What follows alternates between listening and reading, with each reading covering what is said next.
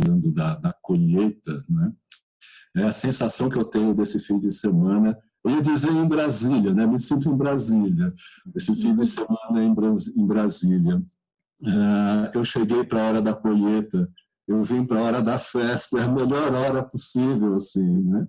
Eu chego no momento que se colhe o fruto, se comemora a colheita desses frutos, né? Então, maravilha, assim. A gente falou tanto ontem da comunicação, e com perdão das palavras, de falar agora para um público mais amplo, né? Mas assim, a gente falou muito que as barrigas conversam, né?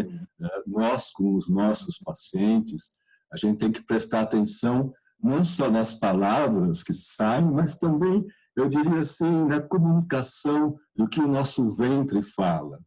Eu não vou falar em ventre aqui, mas eu diria assim, que as almas conversam, né? Eu cheguei assim para uma conversa de almas, né? Parece que se aprontaram ao longo do tempo para essa conversa de almas.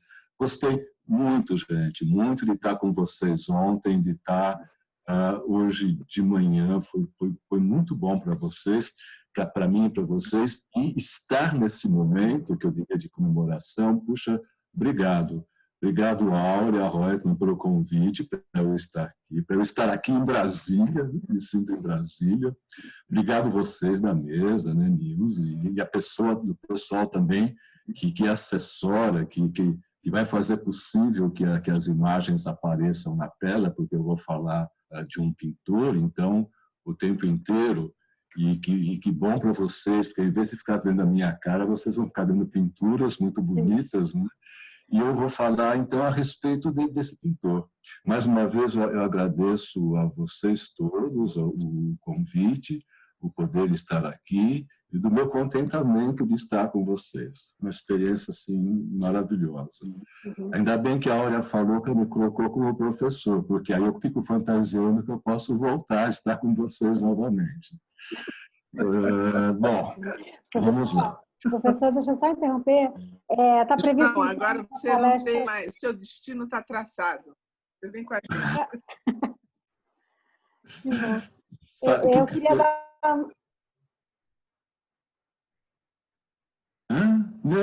eu queria só concluir aqui, o senhor vai fazer essa palestra e está prevista 1h30. Então, eu vou fazer o possível. Se por acaso se estender, eu corto alguns quadros, eu acho que o pintor não vai ficar bravo, e a gente fica uns pedacinhos assim. Então, eu queria pedir ao pessoal, quem quiser ir colaborando com perguntas para o professor João, para que no decorrer da palestra a gente possa repassar para ele e abrir algum diálogo, que utilizem o chat. Então, e qualquer coisa eu chamo. Tá. Eu gostaria muito, daria assim uma vivacidade a isso e não ficaria uma coisa tão chata de eu falando. Quer dizer, entrem no momento que vocês quiserem, a gente faz como quisermos e a gente tira pedaços, põe, enfim.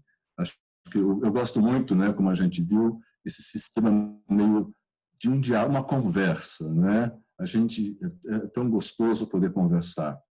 Bom, mas vamos então. Eu queria falar, antes de falar do Birkhäuser, que é o nome da pessoa, Peter Birkhäuser, eu queria falar um pouco, duas palavrinhas assim sobre arte para Jung, né? Como é que Jung via arte? Como é que a gente vê uma poesia, por exemplo, né? Falou-se aqui poesias. Como é que a gente lê uma poesia?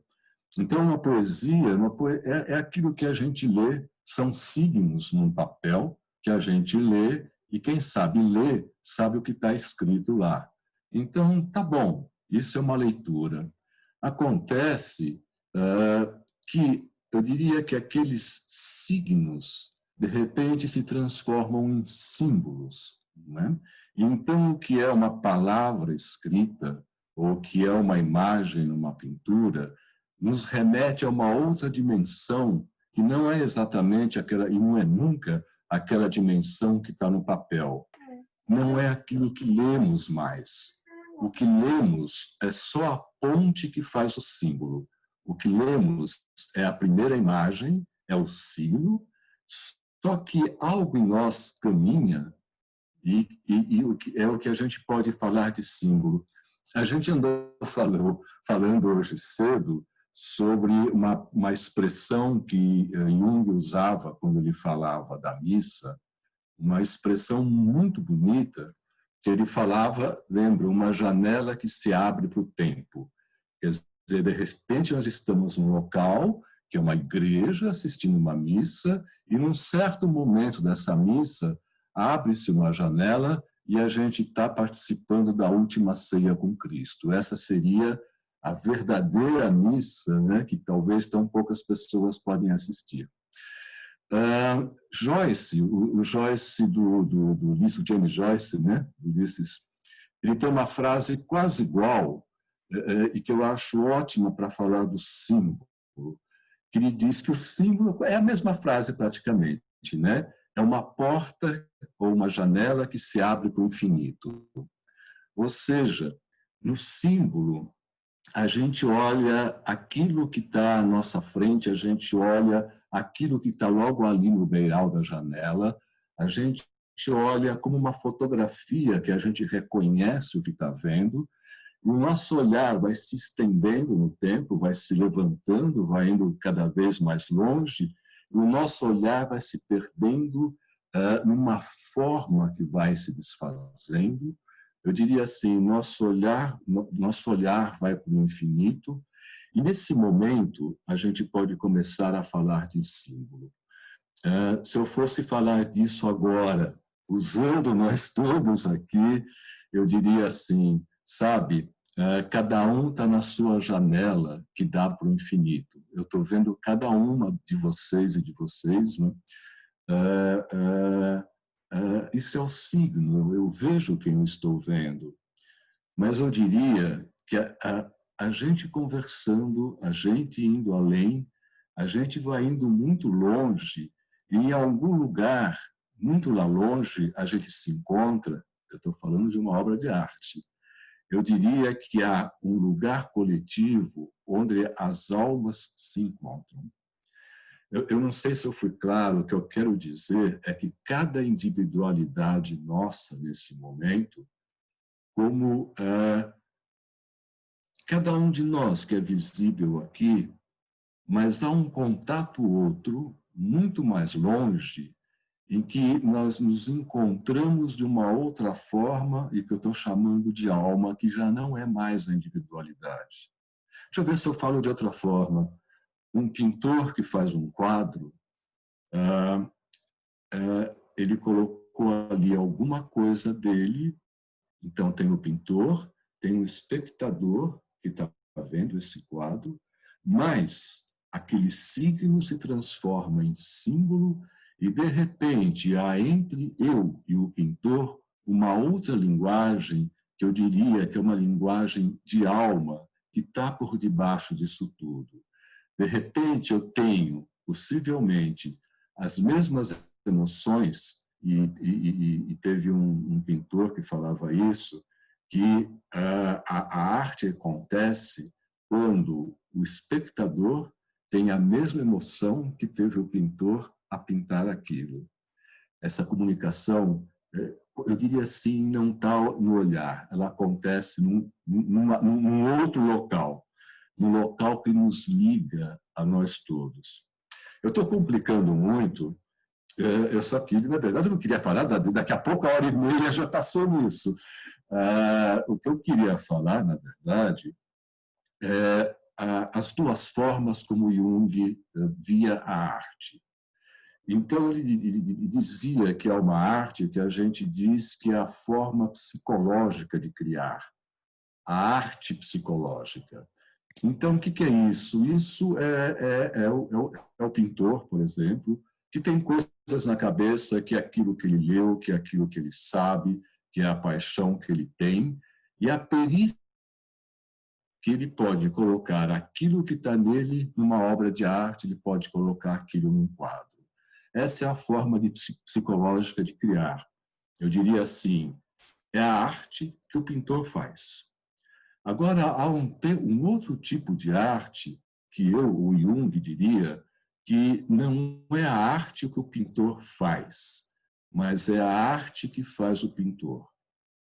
É a arte que passa através do pintor. A gente quase que poderia falar que é a arte que se usa do pintor para essa arte ser. Essa é a grande obra de arte, que Jung deu o nome de arte visionária. Então, é alguma coisa que eu diria que está em todos nós, mas que o pintor, por ter antenas muito precisas e ter também uma perícia, ele é capaz de passar aquilo que está em todos nós, poderia chamar inconsciente coletivo, mas é isso, é um inconsciente coletivo. Talvez podia falar numa alma coletiva. Mas aquilo que está em todos nós, esse pintor tem a capacidade de ser um canal para aquilo que está em nós. Essa é a grande obra que nós nos comunicamos, porque o material que está lá é um material nosso. É a perícia do pintor, mas é alguma coisa de nós todos que ele conseguiu colocar na tela. A gente poderia falar um pouco mais fortemente. A arte que se pressiona é a arte que pressiona a se expressar. É alguma coisa que quer ganhar a vida. E, para isso, o pintor é o canal. Eu não posso dizer que o Birkhäuser é uma ou outra pessoa, mas ele talvez ainda pinte um terceiro tipo de arte, se é que a gente pode falar assim. Birkhäuser pinta a alma dele, também então é um jeito de falar. Birkhäuser é um cara que ele nasceu, eu preciso ver dados, mas em junho de 1911, na Basileia, Suíça. Uma pessoa extremamente introvertida. Até tenho que agradecer algumas pessoas por poder falar dele. Primeiro, um amigo que esteve em Zurique há cerca de 35 anos atrás, no Instituto, e entrou em contato na biblioteca dos alunos, né, do Instituto, com uma monografia que tinha uma entrevista com o Birkhäuser, com o Peter Birkhäuser. E ele fez a tese, ele fez a monografia dele de formatura no Instituto através da obra do Birkhäuser, né? Essa é uma das poucas coisas que a gente tem. Ele digitou coisa nenhuma, ele datilografou, que era a coisa da época, a conversa de, acho que, cerca de 4 dias de conversação com... Eu falo Birk e tal, fiquei tão íntimo do Birkhäuser que ficou Birk para mim. Ele escreveu esses encontros. Então a gente tem datilografado com erros, apagado, borrado, que está lá no Instituto, eu tive acesso a isso, e aonde está essa entrevista. Depois, quando ele morreu, Von Franz fez um pequeno livrinho, pequeno mesmo, que tem umas 10, 12 pinturas, na verdade é um livro de pinturas, do Birkhäuser, em que ela faz comentários, mas comentários de 4, 5 linhas a respeito de cada pintura. E depois, mais para frente, um livro que está difícil de achar, da filha dele, a Eva Birkhäuser, que fala do pai e conta, aí sim, de uma forma ampla, ela fala do pai. E aí, assim, que eu queria falar para vocês, os críticos chamam a pintura do Birkhäuser de uma pintura mágica. Se fosse para eu dar um nome, eu diria a pintura onírica. Birkhäuser ele escreveu 3.500 sonhos ao longo da vida, trabalhados, organizados, colocados em cadernos, assim, de uma forma. E os quadros dele são os sonhos dele. A pintura de Bic Reuser é um processo de individuação, e é isso que eu queria mostrar no que foi possível, no que der tempo. É um processo de individuação levado à tela. É muito interessante, eu falo tudo isso, eu me apaixonei um pouco pela figura, porque é uma vida na tela, é um sofrimento na tela, é uma busca de achar um caminho para as coisas que aconteciam, eu diria, na alma dele. Então, eu não sei quem está me assessorando, vamos mostrar a imagem dele? Sou eu, doutor João, a Luciana. Eu não estou nem vendo aonde tem. Não é a Luciana, é a... Sou eu, a Luciana. Aqui. A Luciana, tá bom, Luciana. Então, vamos começar com a primeira, que é a fotografia do Bic Reuser. Pode começar com tudo, com o título, depois você vai passando e a gente vai passando os quadros.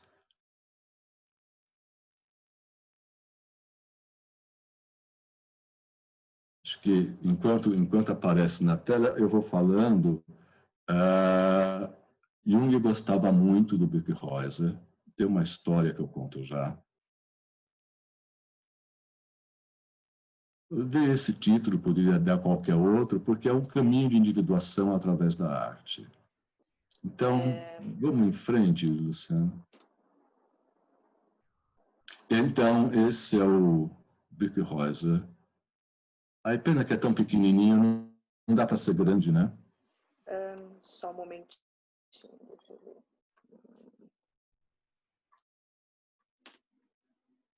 Acho que Professor, para a gente está grande. Fica grande. Para vocês estão grande? Uhum, tá bem. Que bom. Então tá. Se todo mundo maximizar a tela, a gente consegue, talvez, ver a tela cheia com o quadro, com a pintura. Então façam isso que vale a pena. Não sei se eu apareço na tela também, vocês me veem? Não, porque não precisam me ver as obras dele, aumenta tudo. Bem, esse é o Bic Reuser. Para falar mais um pouquinho dele, eu diria aquela coisa de artista, né? Aos 10 anos de idade, ele foi no museu em Basel, na Basileia, com o pai, e um tríptico, onde aparecia uma imagem de um cavaleiro, e ele olhou aquilo e imediatamente ele pensou: eu quero ser uma pessoa que pinta isso, né? Aos 10 anos ele falou: eu sou um pintor, eu quero isso. Ele interrompeu, já dando um pulo para ele adulto, ele interrompeu os estudos, interrompeu no último ano, para ir na Escola de Belas Artes da Basileia, e onde ele começou a estudar arte. Ele não era uma pessoa rica, então ele tinha que trabalhar. Então ele começou a pintar o que seria publicidade hoje em dia. Tempo, mas seria curioso apresentar as obras de publicidade dele. É uma coisa, é uma obra de arte. O que ele fez em termos de pintura para publicidade é arte, é uma obra de arte, não é? Então, desde pequeno, a minha vida vai ser a de um pintor. E essa foi a vida dele, um pintor, né? Então, ele ficou trabalhando com publicidade muito tempo, aquela publicidade antiga. É pena que eu não trouxe assim algumas imagens publicitárias dele. Não é como hoje, né? Ele, por exemplo, ele desenhava um lápis, para a venda de um lápis, só que era um lápis quase que mágico.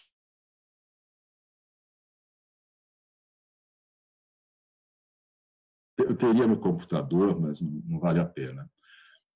O que eu queria falar é que depois de 10 anos desenhando publicidade e com a arte, eu diria, parada na garganta, e durante toda a vida dele, a gente vai ver pelas pinturas, pelo menos eu vejo assim, eu quero ver assim, eu quero ver dessa forma, aquilo que Jung chama de arte visionária tinha um ego que impedia a expressão dessa arte. Eu me atreveria a dizer que Bic Rosa tinha medo dessa profundidade dele. Eu acho pelo que ele conseguia expressar. Eu diria que a arte dele, para ele, era algo extremamente dolorido, e me atrevo a dizer, pelas leituras, pelas entrelinhas da entrevista, que havia, no fundo, quase um medo de um enlouquecimento, que, na verdade, aconteceria se ele fechasse esse canal da criatividade. Bom, mas durante 10 anos ele ficou fazendo arte gráfica, arte publicitária e tal. Casou nesse meio tempo. Ele casou por volta de 39, 40. De vez em quando eu vou dar umas olhadinhas aqui, que essas datas eu não sei. Bom, ele casou e ele entrou em depressão. Ficou muito mal. E ficou tão mal que a mulher dele, a Cibele, deve ter sido uma pessoa maravilhosa. Aliás, o segundo quadro, Luciana, você coloca o que vem próximo? Esse é um quadro mesmo, não é uma fotografia. Essa é a Cibele. Eu acho que se chama... O Retrato Noturno de Cibele. Então, esse é um quadro do Birkhäuser, da mulher dele. Agora, o nome dela é Cibele Oeri. Oeri, o que é esse sobrenome? O pessoal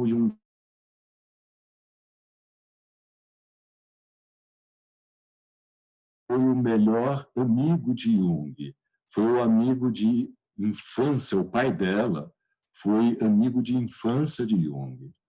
Então, quando o Birkhäuser ficou muito mal, ela foi procurar Jung, bateu lá na casa de Jung e falou: olha, o Birk está insuportável, né? Está deprimido, está muito mal, e eu queria que ele viesse falar com o senhor, né? Ver o que acontece e tal. Demorou um tempo para o Birk procurar Jung, ele acabou indo. E aquelas coisas de Jung, né? Em 2, 3 minutos, Jung faz um diagnóstico e despacha ele.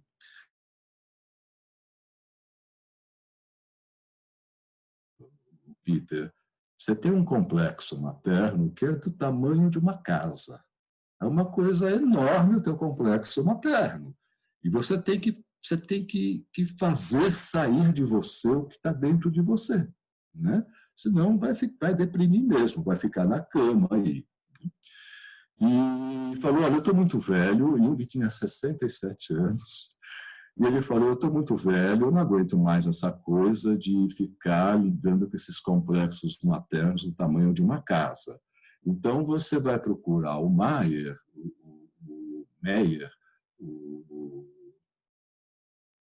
esqueci o primeiro nome dele, como é que chamava? Karl Meyer. Meyer é um terapeuta junguiano, enfim. Você vai procurar o Meyer, que ele trata disso. Para quem conhece as coisas de Jung, ele falou quase a mesma coisa que falou para um Will White, que era um outro junguiano que foi procurá-lo. Eu gosto muito de ver um Jung fora das obras completas, digamos assim. Como as pessoas que conviveram com ele, como ele era, né, enquanto pessoa. Mas ele falou para o Will White a mesma coisa. O Will White foi fazer terapia com ele e falou: pelo amor de Deus, o teu complexo materno é de um tamanho de uma casa, eu não tenho mais uma idade, eu não aguento mais mexer com isso. Cara, meu tempo passou, precisa ter muita paciência para lidar com essas coisas, eu não tenho. E aí, tem você. Quando você conseguir lidar com essas coisas todas e tiver bom, você volta aqui, e aí a gente pode falar de coisas melhores, tal, mas eu não aguento o complexo materno mais. Enfim, chega de contar historinhas, o que importa é que Birk começou a pintar, eu diria, aquilo que estava dentro dele. Né? Eu começaria com um sonho, que eu acho que é um sonho dos 3.500 sonhos escritos. Tem um sonho que eu diria um sonho inicial.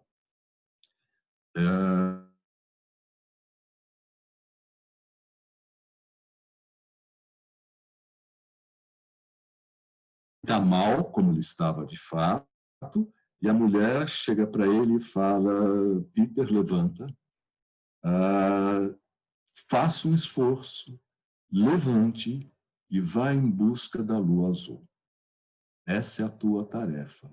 Vai atrás da lua azul. Birk levantou, ele sabia nada das coisas junguianas, sabia nada na época de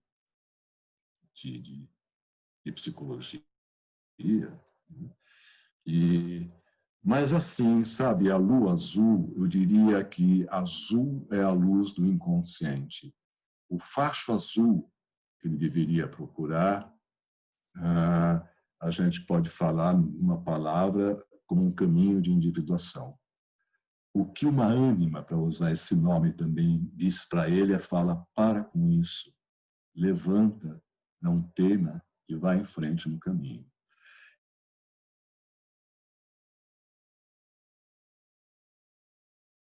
A gente vai passando as pinturas. A próxima, Luciana. Então, essa tem as datas, é bem no início mesmo. É uma fase ainda descritiva. Eu diria, não era alma, embora seja. Não foi também exatamente um sonho no início.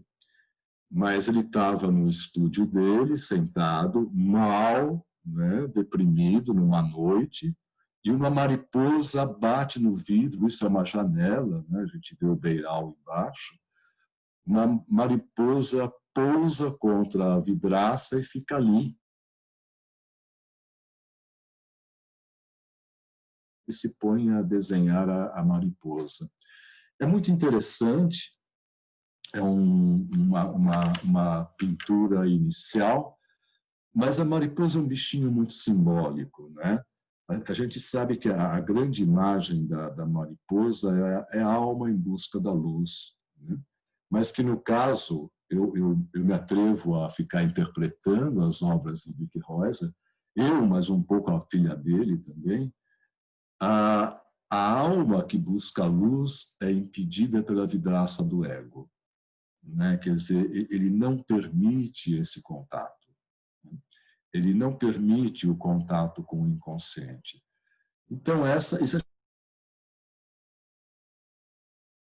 que busca a luz, ela também é um símbolo do místico, né?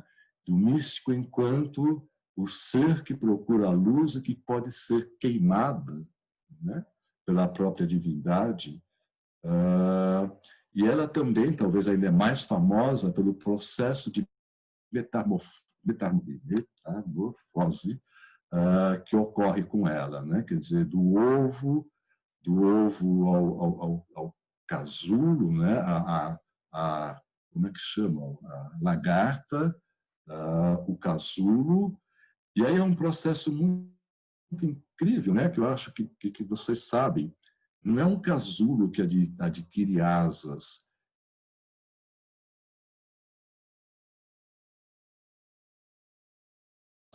Esse casulo não tem nada a ver com o que ela foi antes, né? Um novo ser nasce daí, e nasce e vai em procura da luz. Vamos falar mais da maravilha do simbolismo. Vou em frente, vou tentar ainda ser mais rápido, porque, para não ser muito chato, gente, podem falar a qualquer momento que vocês queiram, eu estou estudando, qualquer coisa que vocês quiserem, a gente vai ampliando. Vamos para o próximo. Ainda como um último exemplo da fase descritiva dele, ele estava em terapia. Não sei se vocês conhecem o Meyer, eu diria que o Meyer é um cara meio chato, para ser meio crítico e para ser chato também. Ele é muito racionalista, ele é muito intelectual. Jung encaminhou o Birkhäuser para o Meyer, e ficou lá 10 anos. O Meyer não é um bom interpretador de sonhos. Enfim, teve um dia, aqui ele está com o Meyer, mas teve um dia que ele desistiu do Meyer, depois de 10 anos, ele era lento, e foi para a Von Franz. A Von Franz estava começando a ser terapeuta. E a Sibille, isso é coisa daqueles primórdios da psicologia analítica e da psicanálise, não é? Que não existia muito essa reflexão de marido e mulher fazendo terapia com a mesma pessoa, tal. Mas aqui a boneca negra era uma boneca que de fato ele tinha no estúdio, e é muito impressionante, né? Ela é toda em cor marrom. O marrom a gente pode falar em termos de pintura, que eu diria assim, é a falência de todas as cores, né? O marrom é uma espécie de não-cor. E ele teve um sonho, e aí começa os sonhos e a pintura. Ele teve um sonho que a boneca adquire vida no estúdio e vem até ele, caminha até ele. A gente pode falar que alguma coisa, que a boneca, esse ser inerte, alguma coisa se propõe nele,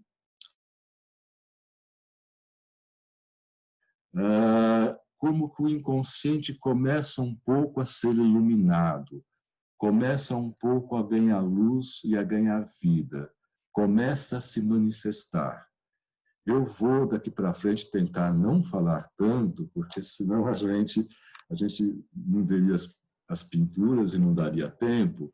Mas, assim, é uma pintura inteiramente marrom, só tem um sapatinho verde. Isso é muito ilustrativo. Eu diria assim, é a vida que começa a retomar. O verde, até como a gente fala, é a esperança. O verde é aquilo como o pinheiro no inverno, que a vida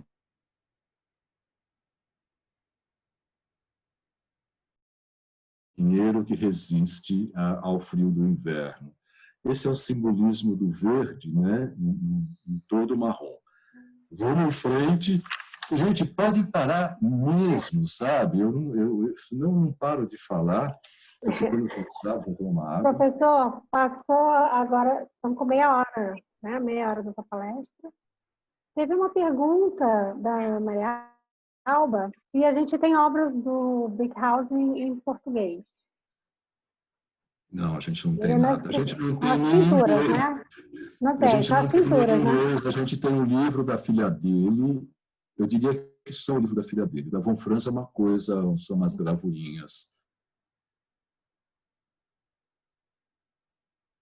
Importante falar, e a gente já vai ver já, uma obra dele que estava no gabinete de Jung, que Jung comprou, e eu creio que no quarto de Jung tinha uma outra obra dele que acompanhou a vida toda.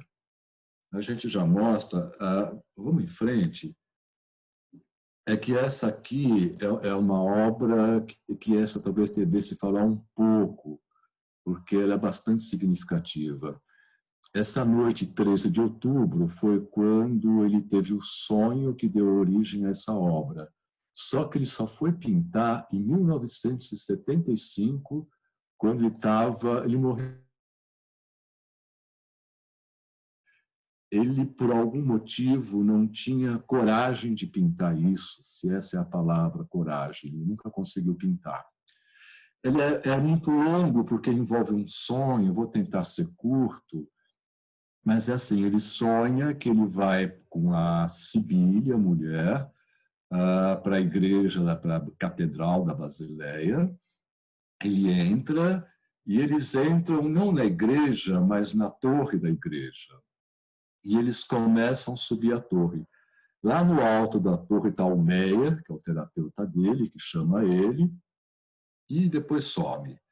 E o sonho, resumindo bem, é ele subindo essa torre com a Sibile na frente,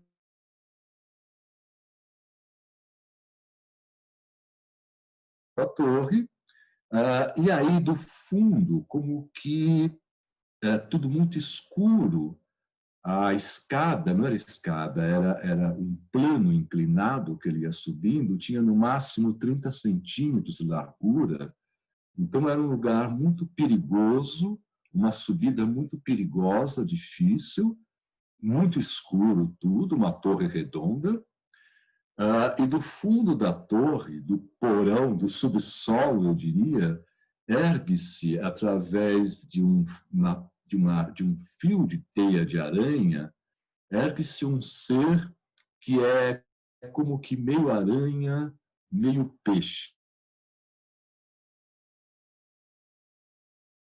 Assustador esse ser.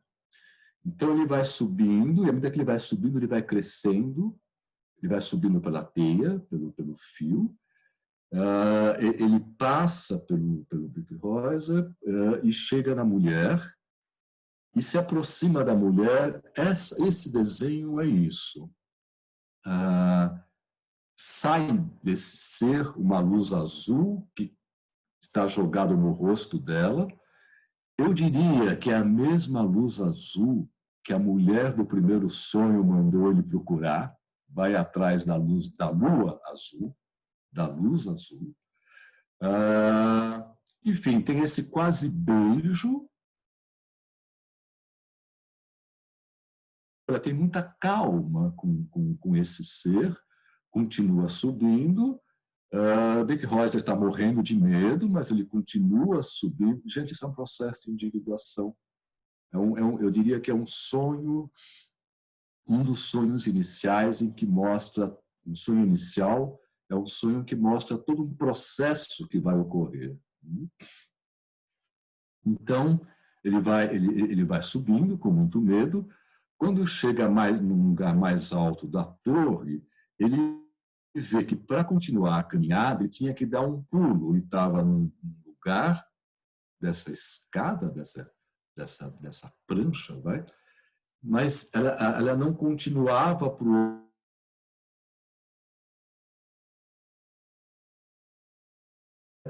tem uma porta do outro lado, e ele morre de medo desse pulo, ele não pula, e aí do fundo aparece, mas não é mais essa imagem desse ser peixe-aranha. Aparece um triângulo azul, de luz azul, e novamente eles têm a luz azul, e também um vermelho de fundo.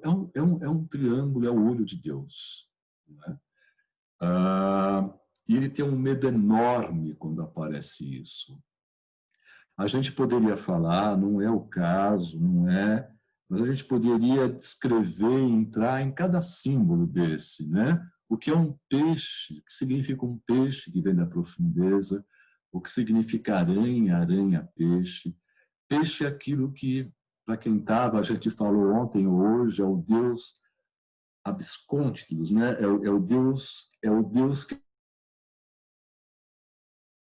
a imagem divina, né? Ainda não foi dado forma pelas diferentes religiões e seitas. É o Deus do porão.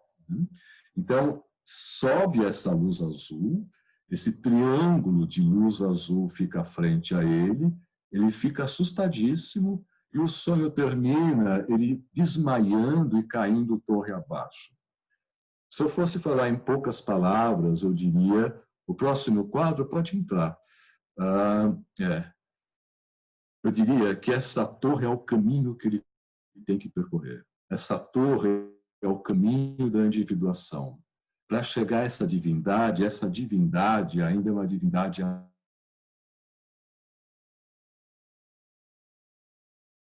também voltando ao que falamos, porque é a forma como de início o self se aparece. O self, no início, como que derrota o ego, né?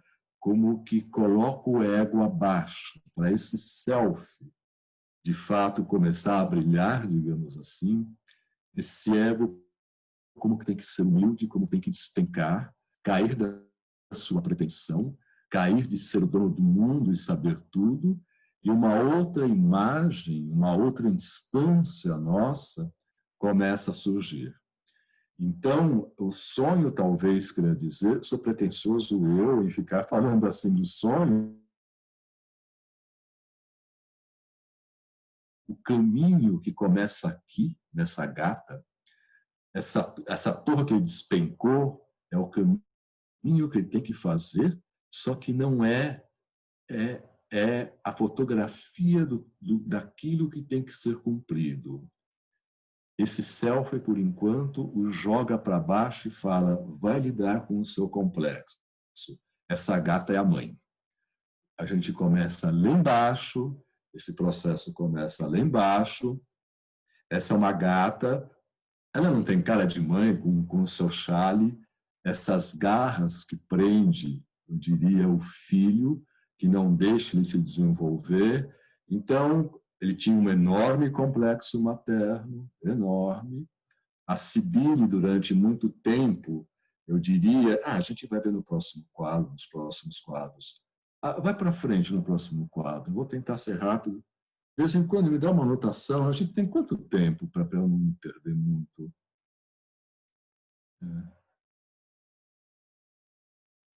Professor, pela previsão de 1h30, a gente ainda tem 1 hora. 50 minutos. 1 hora é uma eternidade. Então, mas a gente vai sendo mais rápido e não vamos falar de sonhos, mas o próximo quadro que ele tem, a gente começa a falar dos complexos dele, chama O Cindido, ou A Ferida do Mundo.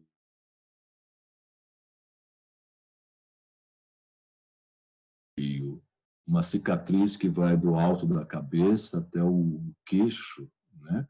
Um olhar, cada olho como que mostra e significa alguma coisa. Esse cindido também foi precedido por um sonho. Não estou nem... Deixa eu ver o sonho.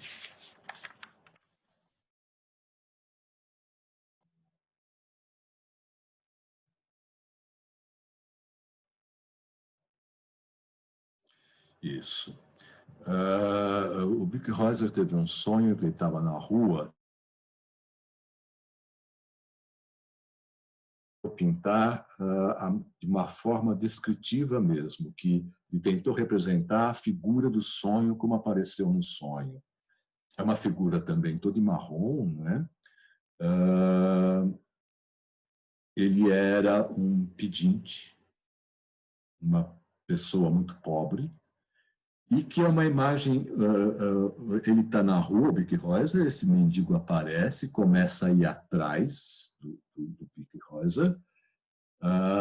Peter, Birk vai abreviar, o Birk vai caminhando cada vez mais rápido, com medo, esse mendigo vai atrás, até que Birk entra na casa dele, fecha a porta e fala dentro, tranque tudo, não deixe de forma nenhuma esse indivíduo entrar aqui. Então, a gente vai ver muito isso nas pinturas, como isso é a sombra, né, gente? Isso é o outro lado dele, isso é ele cindido, a dificuldade de entrar em contato. O que ele faz é como assim, eu me fecho inteiramente no ego, eu construo uma laje com a parte de baixo de mim ou com a minha outra metade. O cindido vai aparecer várias vezes pela frente, várias vezes não, mas 2, 3 vezes, ao longo da vida dele o cindido volta. E acho que foi em 54, ele fez uma exposição em Zurique,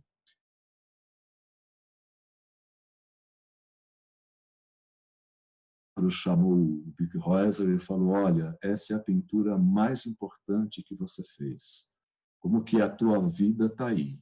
Assim, sabe? Entra nessa figura, né? Ou deixa essa figura entrar, talvez fosse melhor. Mas para Jung é a mais importante pintura do Bic Reuser. Vamos em frente, agora eu vou ser rapidinho. Então, os 4 olhos. Eu ia apontar aqui para vocês como se vocês estivessem me vendo. Que bobagem. Vocês estão me vendo falando ou não? Então? Sim, professor. Na minha tela fica um quadro junto, tá? Dá para ver? Vemos sim. Tomar-se conta. Enfim, mas o cantinho dele é o Bic Reuser, eu diria, apavorado, essa imagem, né? Com essa imagem de mulher, meio transversal, com 4 olhos. Claro que isso foi um sonho que ele teve, eu não vou falar tudo, eu não vou descrever, a gente precisaria de um tempo enorme, embora ache muito bonito, mas o sonho é uma mulher que entra no estúdio dele, senta-se em frente à mesa dele, ela tinha 4 olhos, com um ar meio de debilidade, como uma débil mental, senta-se em frente a ele e fica olhando. Bic Reuser, apavorada, é uma imagem muito comum. Eu falo essas coisas, a gente tirando do diálogo que ele teve, tá? Que eu tenho, enfim, que eu tenho esse diálogo dele, essa entrevista que ele deu para o Franz lá. Então, depois disso, ele pintou. A gente acabou de falar do cindido que seguiu ele até a casa dele e queria entrar na casa dele. Eu diria que essa mulher queria entrar no estúdio dele e que, mais uma vez, ele morre de medo. A mulher é a sensibilidade. Uma palavra, eu diria que a mulher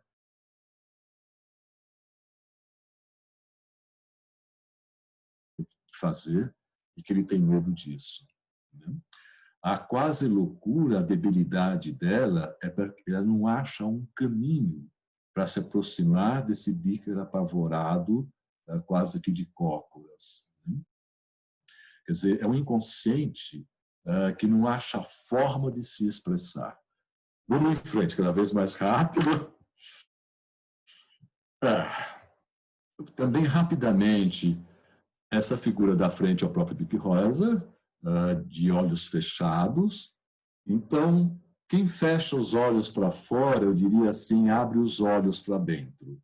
Ele vê o que está dentro dele. A gárgula, né? Esse ser meio medonho. E aqui tem aqui, vocês não estão vendo, mas do lado direito, em torno dessa membrana, tem uma mulher muito bonita, até parece. Eu diria que essa gárgula é aquela gata. Se a gente pensar em termos psicológicos, é a ânima como que saindo do complexo materno, a tentativa de uma diferenciação, de desenergizar o complexo materno, da energia, digamos assim, do complexo materno passar para a ânima. Vida. Mas ainda é bastante complicado, ainda essas figuras se misturam. Tem cobras aí que cercam tudo, enfim, tem essas garras que parece da ânima não, desse monstro materno, que parece que se dirige a, enfim, que agarra e impede o desenvolvimento desse filho aí embaixo. Vamos em frente. Tudo isso tem sonhos, tal, mas vamos em frente, não vamos poder falar, vamos rápido. Isso aqui é o nome de estudo, a depressão, né? Esse ser que não consegue expressar completamente .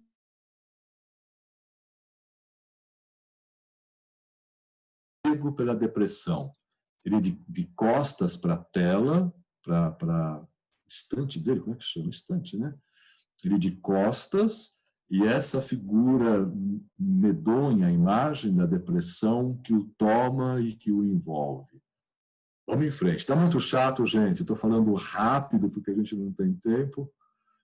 Espero que não esteja muito chato para vocês. Professor, é ele de costas para o cavalete, né? Onde ele... E cavalete, grande, estante, nada, cavalete, isso. Isso é a depressão. A impossibilidade dele expressar a sua interioridade, a libido introvertida.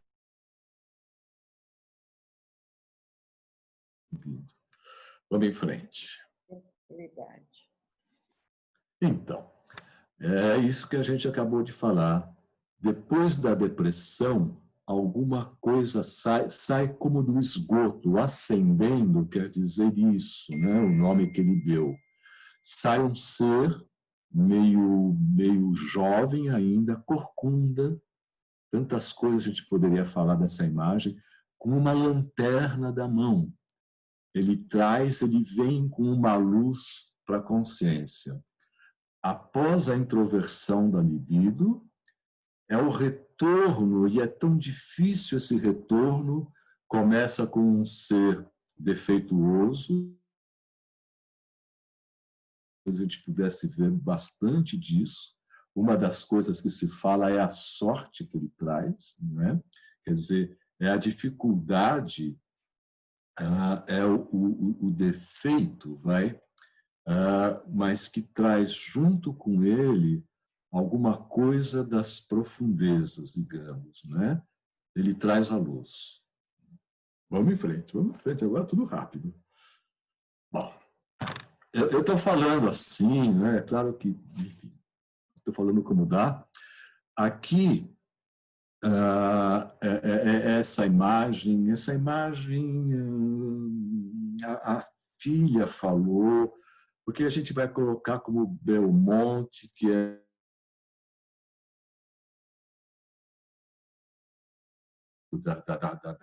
da história do início da Bíblia. Enfim, é um monstro, é um diabólico, né, que mora na gente. O que importa, e eu vou cada vez mais rápido, é que, para variar um sonho que ele teve, se a gente vê o cantinho da figura, tem um carro, ele sonhou que estava com a Cibele num carro, blá, blá, blá, blá, blá, parou frente a uma montanha, e aí acontece isso, quer dizer, dentro da montanha tem um monstro, eu diria assim, a libido que não acha o caminho. A libido que não acha o caminho, que fica esse monstro diabólico, explode em fogo, explode em vermelho a montanha. Eu diria assim, olha, ou ele acha um caminho, ou esse ego explode. Essa é a arte, não é?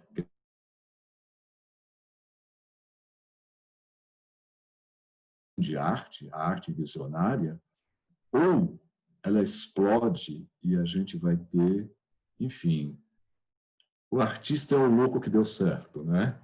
O artista é o louco que achou o caminho. O artista é o louco que tem um inconsciente enormemente ativado e consegue colocar para fora as imagens desse inconsciente. O louco é aquele que não consegue. Enfim, esse é quase um ego explodindo. A minha forma de ver.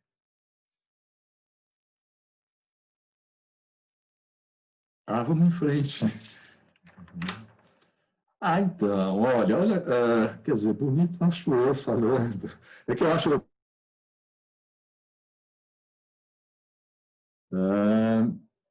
aqui é o fogo, sabe? O fogo da montanha.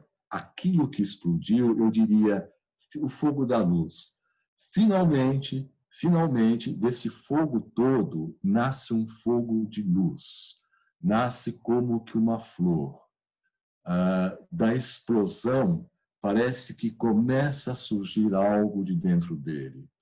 Eu diria que daqui para frente já não é mais o artista, meio pobre de certa forma, que reprime a luz criativa dentro dele Mas daqui para frente, acompanhando as obras, eu diria assim, aquele inconsciente, aquele grande inconsciente, aquilo que a obra começa a se fazer. Já não é mais o artista figurativo, já não é mais o artista que descreve alguma coisa, mas é um inconsciente que se manifesta através do artista.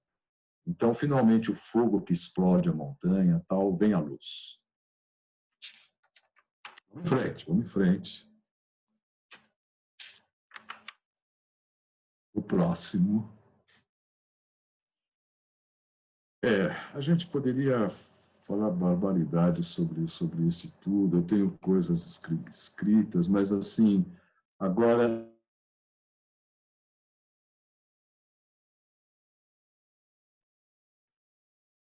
Tem uma coisa importante para falar disso.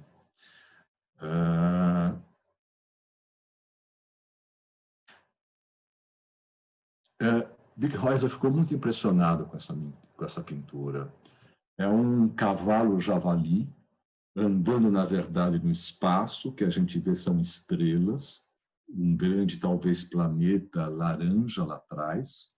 Ele carrega como uma flor na frente, uma flor que a gente pode colocar como um símbolo sélfico, não é?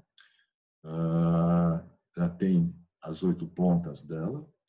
Esse ser sobre esse cavalo, esse javali, sai fogo pela boca. O fogo é uma coisa que vai acompanhar esses olhos vermelhos também, vai acompanhar as figuras dele. Mas o que é ela tem talvez 4 braços. Resumindo, Bic Reuser ficou muito impressionado com essa pintura e teve sonhos, tal, e ele foi levar para Jung. Ele não era amigo assim de Jung, não. Embora fosse uma amizade dos pais deles, eu diria de gerações, a Sibylle, muito menos o Bic Reuser, eram amigos do Jung, mas eram amigos, né? Como eu disse, Jung comprou o quadro dele e achou fenomenal. Mas ele foi levar esse quadro para o Jung e depois ficou impressionado. E Jung ficou impressionado quando viu essa figura. Tal, e no seu caminho pelo cosmos, né? Enfim, falou uma série de coisas e Bic Reuser voltou para casa, tal. No dia seguinte, deu uma carta de Jung falando: olha, Peter, de fato mexeu demais comigo e eu tive um sonho, não é o caso da gente falar aqui agora, eu tive um sonho, ele Jung, né? Tive um sonho nessa noite que mexeu muito comigo e que vem da pintura que você fez, sabe? O Vishnu criando o mundo, um cavalo que vai trazer, ele num cavalo que vai trazer o novo mundo,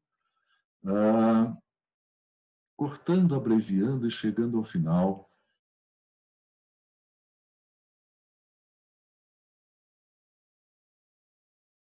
Que essa figura denotava isso, um novo mundo surgiria.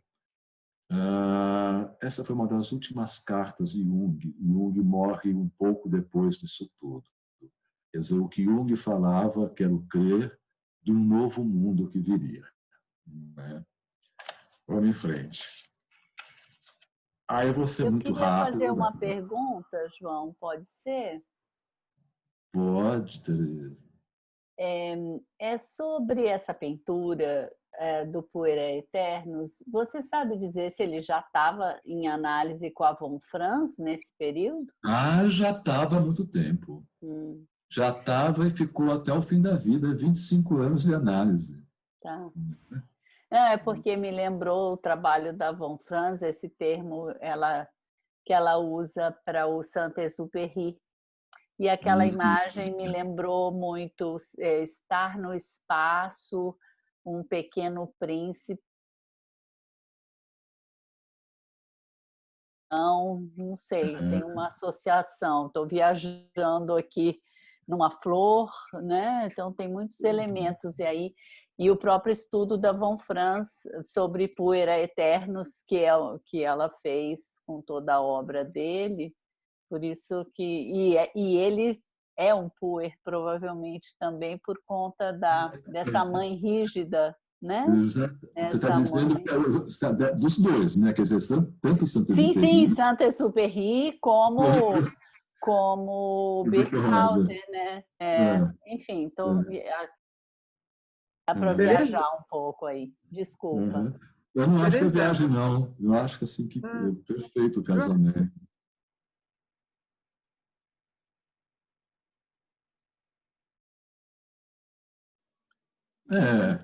E também é divertido. Ele tem 4 braços, né? Que o Saci não tem. Né? Eu não sei uma perna. Não sei se tem outra perna, né?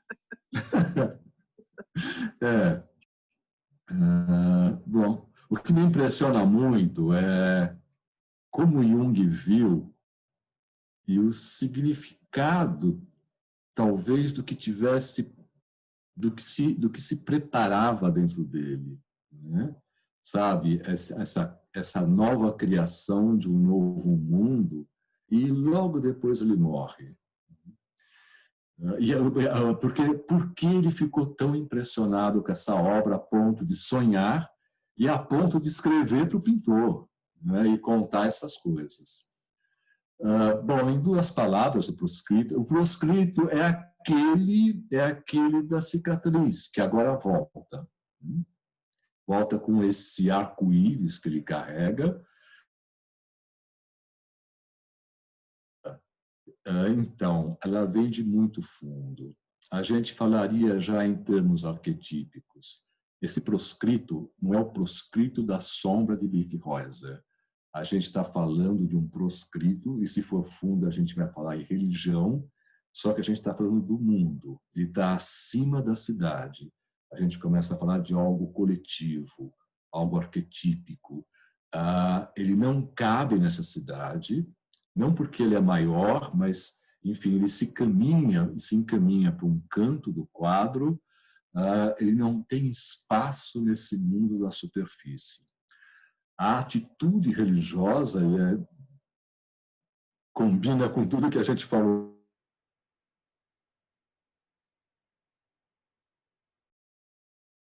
Inconsciente. Então, a gente já fala agora em termos arquetípicos. Vamos em frente, cada vez mais curto os comentários. Qual é o próximo? O peixe está aí, que bonito. Esse peixe, a filha dele, e é mesmo, achava fantástico.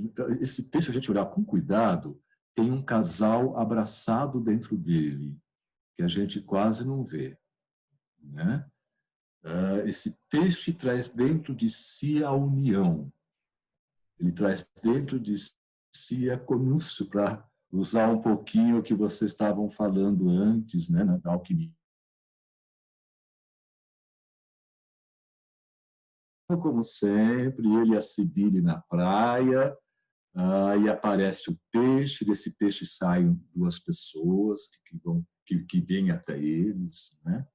Enfim, não vamos ficar falando muito, mas apenas essa imagem que vem das profundezas, não é mais aquele peixe da torre, né? É um peixe muito bem elaborado e que traz essa conúcio. Quando eu estou falando do peixe, eu me lembrei de uma coisa, que esse quadro, Birkhäuser era um cara pobre. Ele vivia para a pintura, né? Eu preciso falar que a mulher e virou uma junguiana e uma terapeuta, e que Eva, que escreve, que tem um livro sobre o pai, ela é hoje uma terapeuta junguiana lá em Zurich também. Não é? Então, é uma família que era amiga dos avós, né? dos pais de Jung, e tem uma geração psicológica, né? que acompanha. Mas ele deu de presente, o Birkhäuser, para Cibele esse quadro, e ela amava esse quadro. E aí a vida ficou dura, contando historinhas, uma pausa. A vida ficou difícil e veio uma americana, aquelas americanas, e viu o quadro e se apaixonou e quis comprar, e comprou. Uma boa soma de dinheiro, eles estavam duros e ele vendeu o quadro. Aí esse quadro, ele embalou o quadro, blá, blá, blá, blá, blá, para mandar para os Estados Unidos. Esse quadro ficou preso meses no porto, depois foi para os Estados Unidos, ficou no porto e o proprietário ou a proprietária não vinha pegar o quadro, o caixote do quadro. Aí Bic Rosa, né, sabendo disso, ele começou a procurar nos Estados Unidos, mandar cartas, tal, procurando quem tinha comprado o quadro. E ele nunca achou quem comprou o quadro. E aí o quadro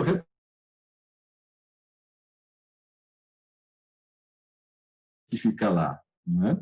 Se a gente falar de projeção, meia alma dele estava no quadro que ele deu para a Sibília, não é? Não podia nunca vender para ninguém. E o quadro, de fato, voltou para casa e ficou na casa deles. E a Sibília adorava esse quadro também, gostava muito. Né? Bom, é isso, vamos em frente. Ele não queria vender nunca os quadros dele. Ele não era exatamente um pintor. Mais uma vez, era uma alma que se colocava em quadros. Cada vez mais rápido, né, gente? Mas aí, sabe, continua a linha. Sair de dentro dele. Tem uma figurinha, se vocês notarem esse quadro, um serzinho que começa, digamos, ficar consciente, vai. Mas agora vamos para frente, sem falar muito. Luciana, você vai comandando aí.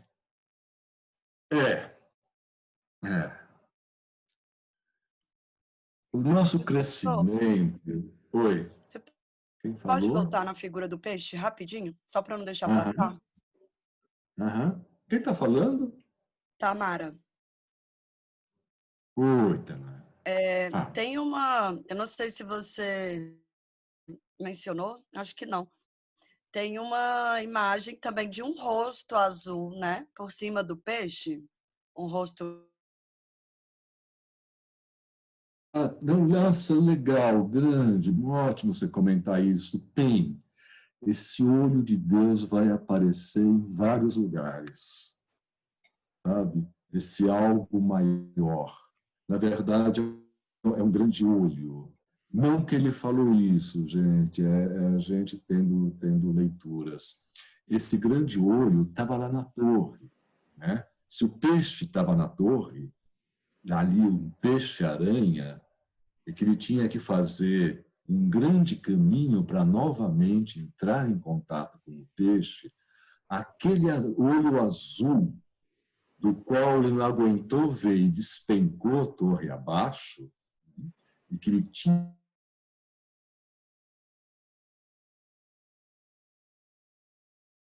o olho azul, que ele vai se aproximando. Né? Nossa, legal você ter falado disso. A gente está sendo rápido assim. Vamos para qual que era que estava? Então, né, se a gente vê um caminho de individuação, ele nunca é um caminho reto, ascensional. Né? Ele é uma coisa que vai e volta, né? Aquilo que a gente anda em torno de um eixo, ora se aproxima, ora se afasta. Porque aqui teve sonhos que eu não vou falar, mas o sonho é isso, um ser de fogo também, que ele equipara a um touro ígneo, que quer entrar na casa dele,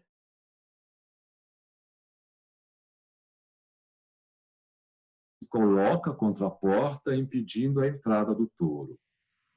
De fato, o touro é um ser que fecunda, mas é uma coisa muito grande. Se a gente pensar em inconsciente e ego, quer dizer, se a gente pensar essa força ígnea inconsciente que quer se manifestar, e o Bic Rosa meio em verde, como um ego apavorado, assustado, se defendendo contra a entrada dessa força. Quer dizer, volta um pouco o medo, é porque o que se aproxima, o que quer se manifestar é cada vez maior, né?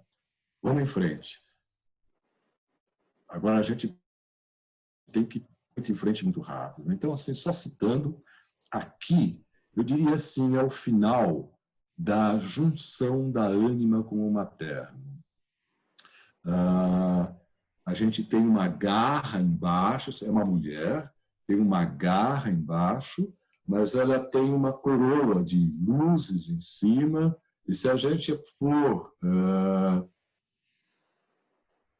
interpretar essa coroa, iria muito longe, fazer um símbolo de selfie.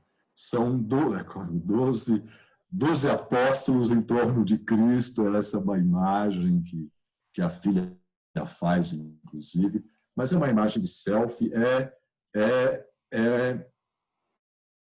se aproxima de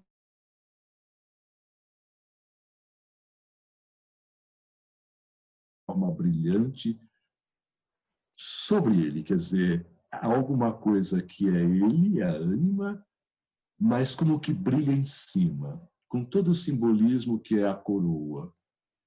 Vamos em frente, senão que não vai dar tempo. Então, vai aparecer o urso. O urso é um animal dele, o urso na árvore de luz, só vou citando agora daqui para frente. É um urso meio bravo, comendo luz. Veio de um sonho, isso. Mas assim, sabe, ainda está no nível instintivo aquilo que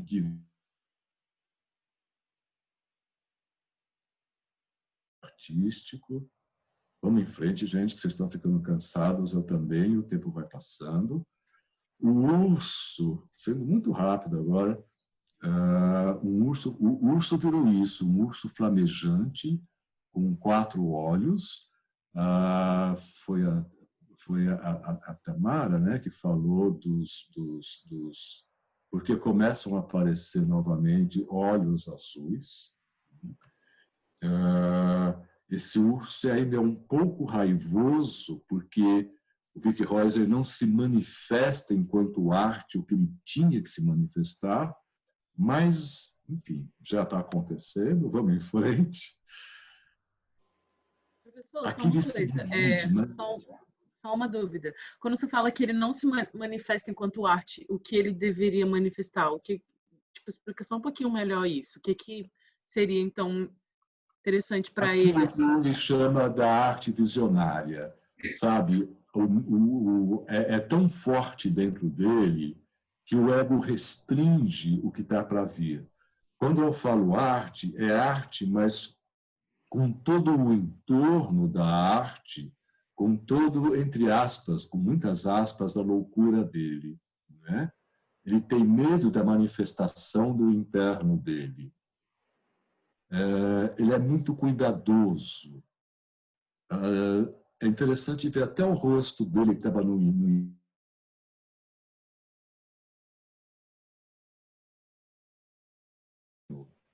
a própria foto dele é de um cara todo certinho, absolutamente tímido, introvertido, 4 cruzes.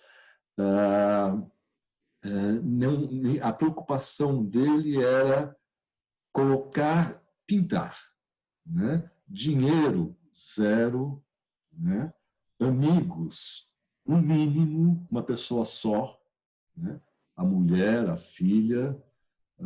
Ele vivia para isso, algo vibrava dentro dele, mas havia um temor do que pudesse vir. Acho que vamos andando, selecionando algumas obras, é muita coisa.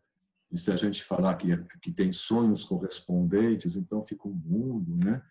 Mas aqui é muito bonito. Esse é o nome que a filha dá para o livro que ela fez.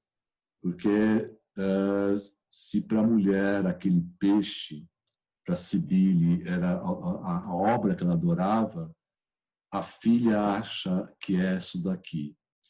É gozado, né? A gente falou tanto de uma janela que se abre para o infinito, uma janela que se abre para o tempo. Essa aqui é uma janela que se abre para a eternidade. Olha, e é uma janela que tem ali para a eternidade.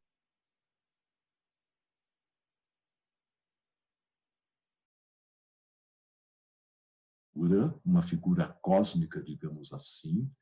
Quase que não dá para ver, mas ela tem uma paleta na mão, ela tem um pincel, ela pinta. Talvez até, não sei, ela pinta o cosmos, a janela para um mundo maior. Isso é tudo o que Jung quis dizer com arte visionária. Nesse momento, eu diria assim, olha, nesse quadro, quem pinta é o inconsciente, é a alma. Não é o Birk que está pintando. Algo nele pinta através dele. É essa a imagem, né? E é uma janela para a eternidade. Se eu posso falar assim, é meio boboca, mas é como a alma pinta usando uma mão de um pintor. O que menos interessa, o que não aparece na figura, no quadro, é o pintor.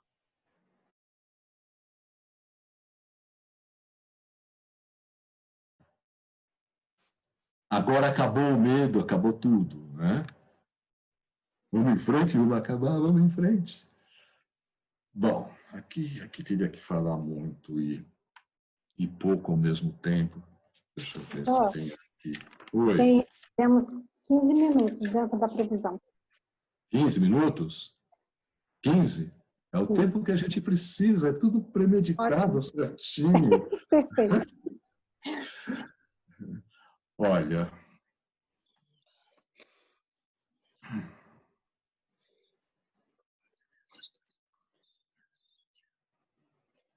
tem uns pedaços que eu acho que eu teria que ler, mas eu não vou ler. Eu teria que ter um tempo. Mas ele teve ele fez essa pintura em março de 71.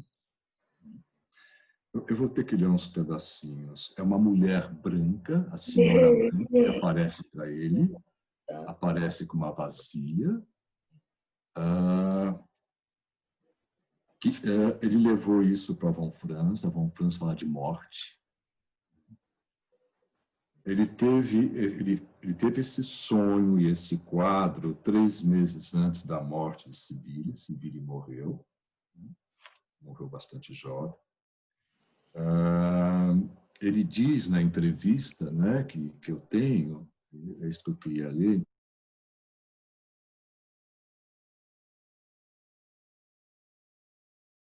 é a ânima, a imagem da alma, mas ele se pergunta o que ela traz para mim. Ela vem, né? Ele diz que, eu estou abreviando, mas ele diz que eu nunca podia imaginar que o que ela me trazia era a morte, que aquela vasilha, né, o que ela trazia para mim era a morte. É uma mulher esbranquiçada, se a gente for ver também em termos míticos, né, é uma imagem da morte, esse branco, né, às vezes como cinzas de fogueira que se colocam em algumas tribos para significar aquele que já foi. Né? Quer dizer, é uma imagem da morte. E 3 meses antes da morte de Cybele, ele teve um outro sonho que já falava da morte da esposa. Eu não sei se eu leio porque são grandes, mas não vou ler. Eu vou dizer a moral e como que vai andando por escadas, por lugares. Cybele foi a mulher da vida dele, como as pessoas falam, né? A ânima concretizada, aquela que levou ele pela mão até para ser pintor mesmo, né? Aquela que levou ele a Jung, que levou ele à terapia, enfim. Então ele teve um sonho em que ela como que corria e entrando em lugares e corredores tal, e uma hora ela entra num lugar que é um alçapão e que ela fecha e que ele tenta ir e ele não consegue entrar, né? Como se ela tivesse feito alguma coisa para ele não entrar, tal.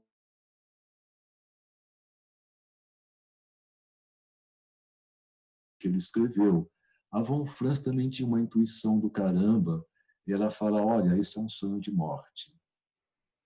A Sibeli estava ótima da vida, gente, ela não estava doente. A Von Franz fala, né, vendo o sonho, e depois até a pintura, que foi ver. Ela fala, olha, esse sonho é um sonho de morte, você não deve segui-la. Segui-la é a morte, esse é o caminho dela, e você tem o teu caminho ainda aqui.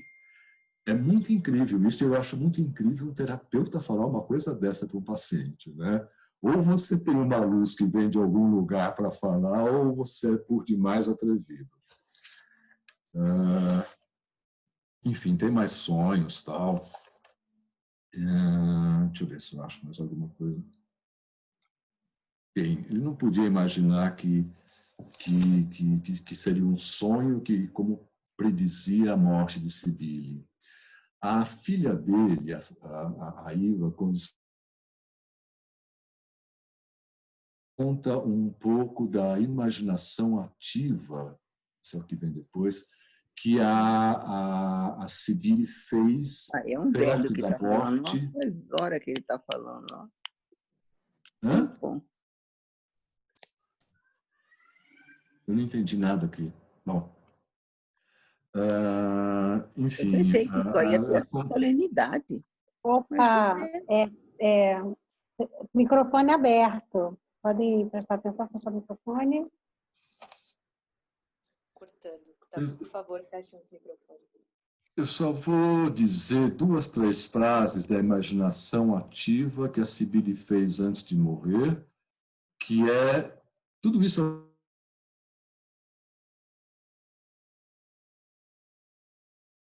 A imaginação ativa dela, que a filha resgatou, ela vai dizer que ela estava entre muros na imaginação e que ela se sentia muito feliz. Ela conversa com um urso na imaginação ativa dela. E ela fala que ela tinha muita felicidade de estar ali naquela casa, naquelas flores. A casa era uma flor. Sibeli estava dentro de uma flor. E que tinha uma luz maravilhosa. Gente, é uma coisa de quem vai morrer se a gente soubesse disso mesmo, né? E que ela estava muito bem naquela flor, não queria sair mais dali. Ela fala, aqui com as flores, eu me sinto segura do... Uma outra frase da imaginação, o mistério das flores está dentro de mim. Eu sou elas e elas me são. Daqui em diante, quando eu for a flor, sei que estou indo para mim. Mais outra frase. Olho para a flor e, enquanto medito, me transformo na flor, crescendo desde as raízes, brilhando fora do tempo. Ela me deu forma da eternidade.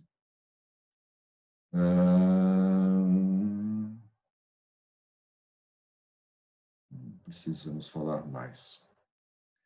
Bom, a última frase, mas não da imaginação, né?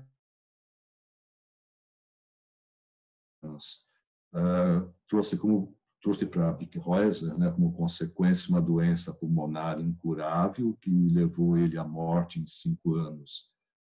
Claro que ele afundou quando ela morreu, né? Ele diz, né, que ele disse para a filha, para Eva, né, que o sofrimento o levou a um profundo diálogo com as trevas, um urso que ainda era perigoso. E, ao mesmo tempo, foram anos de muita criatividade. A gente pode voltar para trás, só vou citar os últimos quadros. Estamos no tempo, né? De terminar. Volta um pouquinho para trás. Não, esse aí...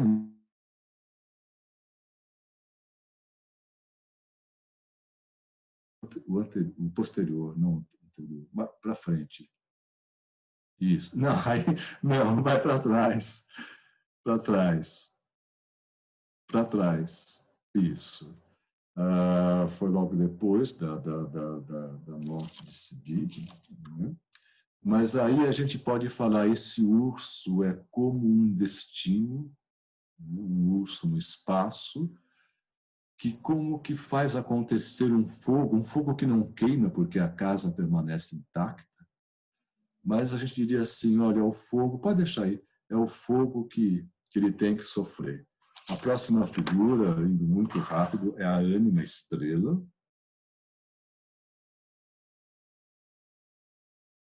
Tanto tempo vista em Sibille, transforma-se agora numa estrela brilhante. Agora ela pode ser vista da janela da eternidade. Próximo. A mariposa, a gente volta à mariposa inicial. Só que essa agora, a mariposa tem uma vida muito curta, né? Essa mariposa está prestes a voar, não é? Eu diria a voar mesmo, né? E pensando em termos de alma, ela está prestes a ir.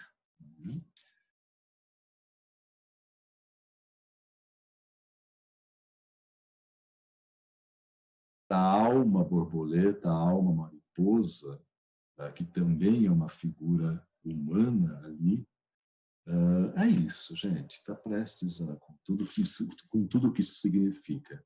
Está prestes a levantar voo. Está prestes a ir embora. Mais para frente, só para citar. Nossa. Vamos em frente. Olha, esse é um último sonho e pintura. Numa palavra, isso aqui é o olho de Deus novamente, esse peixe enorme.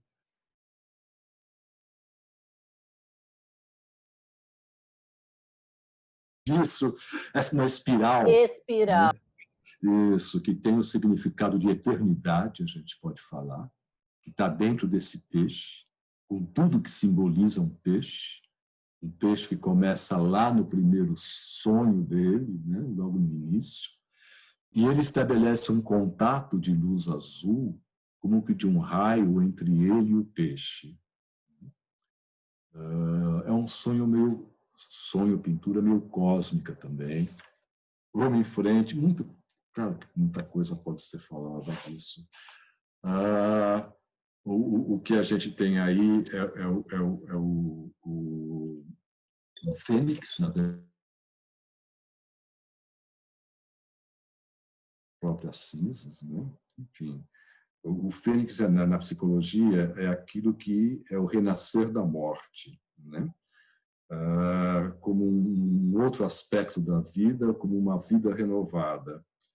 Na mitologia cristã, é o triunfo da vida eterna sobre a morte, né? Na alquimia, é a regeneração da vida e o término da obra. Fênix é o término da obra.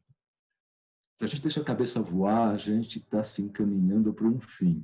Não só da nossa apresentação, mas como um fim geral, né?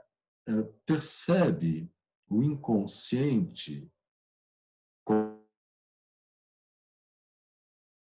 dele e para onde se encaminha, né, quando eu falo de fim. Então, o próximo é o Deus do Fogo. O Deus do Fogo que ele tem tanto medo e agora é Deus, né? Agora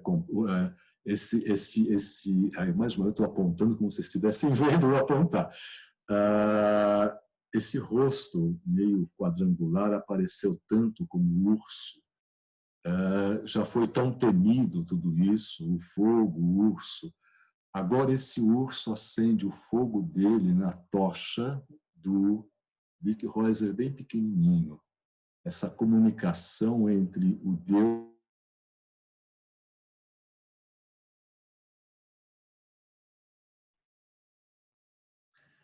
Olha, bom, diz tudo, a dançarina do fogo, essa dançarina, eu diria Sibille, né?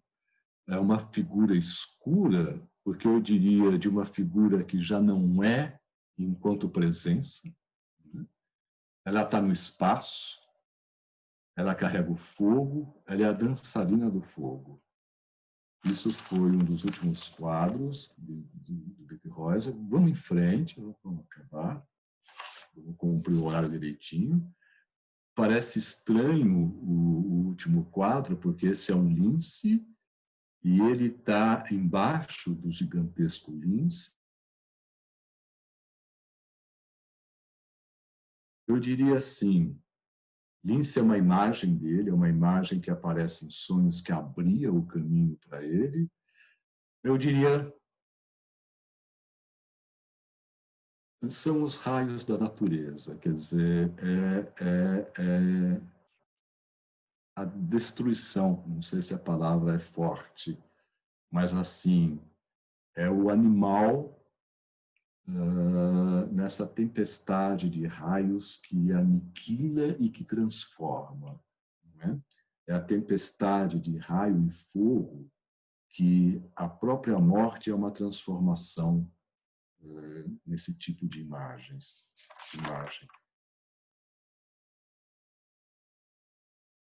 Aparece pela última vez o cindido, é o penúltimo quadro. É a cara novamente partida ao meio, mas agora como um traço de sangue. Ah, não, volta para o cindido. Deixa aí. A gente poderia falar muito, mas é muito bonito o que o Birke Reuser pensa do sonho e do quadro, e do que a filha fala também. Ela vai dizer que essa é uma cisão do mundo. O Birke, quando teve o sonho e fez o quadro, ele escreve uma carta para alguém dizendo isso, que é uma cisão, mas é uma cisão inevitável, que todos nós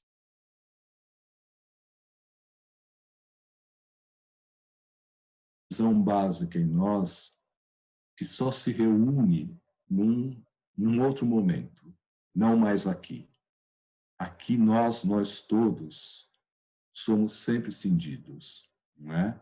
Ser humano é ser cindido, é ter uma natureza dividida. Do que sai da boca dele são espécie de raios, seja o que for o que isso significa. Talvez os raios não sei, não vou falar coisas aqui. Mas a gente fala assim, olha, a gente está num outro nível de sentido. Não é a sombra a ser assimilada, a ser integrada, mas é a grande sombra. Nunca. Vamos ao último. Essa é Cibele. Eu acho muito incrível, e eu vou ler as 3 frases que eu escrevi aqui. Ele não terminou esse quadro. Ele morreu fazendo esse quadro. O quadro ficou interminado. É uma Cibele diáfana,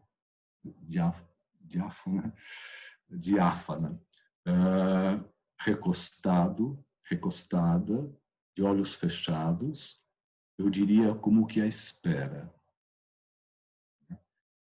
Eu acho muito bonito isso, gente. Um quadro que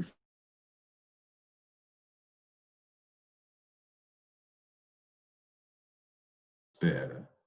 Como a mulher, como Cibele, como alma, né? E que ele não termina, ele morre. Então essa é a Cibele que era a ânima estrela dele, que era a alma, que era amada e que o aguarda. Né? E, enfim, ele morreu aqui em 22 de novembro de 1976. E a ânima dormente ficou inacabada. É isso, gente. Cumprimos o nosso horário.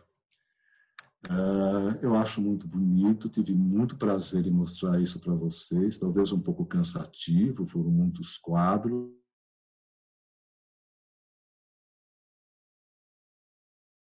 Mostrada dessa forma, através da pintura, alguém que sonha, vive e pinta o que se passa dentro dele, E a gente acompanhando, claro que foi rápido e algumas obras escolhidas, mas a gente acompanhando, a gente vai pegando esse caminho ascensional da torre, sabe? O medo, como ele vai lidando com isso, até assim a alma poder se manifestar, né? E por fim eu diria, é muito incrível isso, essa alma ânima não acabada que espera por ele. Né? É o que eu tinha para apresentar para vocês. Eu acho bonito, às vezes um pouco triste, né? Talvez uma comemoração, vocês estão vivendo, merecesse uma coisa mais alegre, mas uma comemoração junguiana sempre envolve alma, sempre tem a alma para a gente falar, sempre a alma está sempre presente. Então, de minha parte, obrigado por vocês me escutarem, obrigado por esses 2 dias. Um pouco da alma fica presente aí.